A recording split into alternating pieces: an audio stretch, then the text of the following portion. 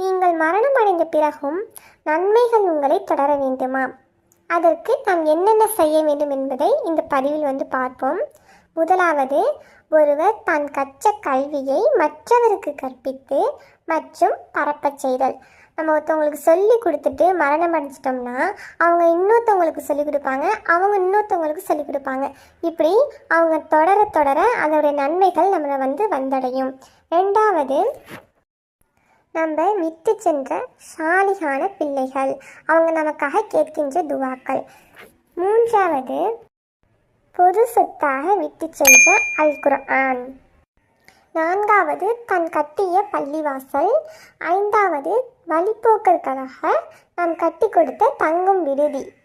ஆறாவது, தான் அமைத்து கொடுத்த ஆறு. ஏழாவது, நம் வாழ்நாளில் ஆரோக்கியமாக இருந்த நிலையில் செய்த தான தர்மம்.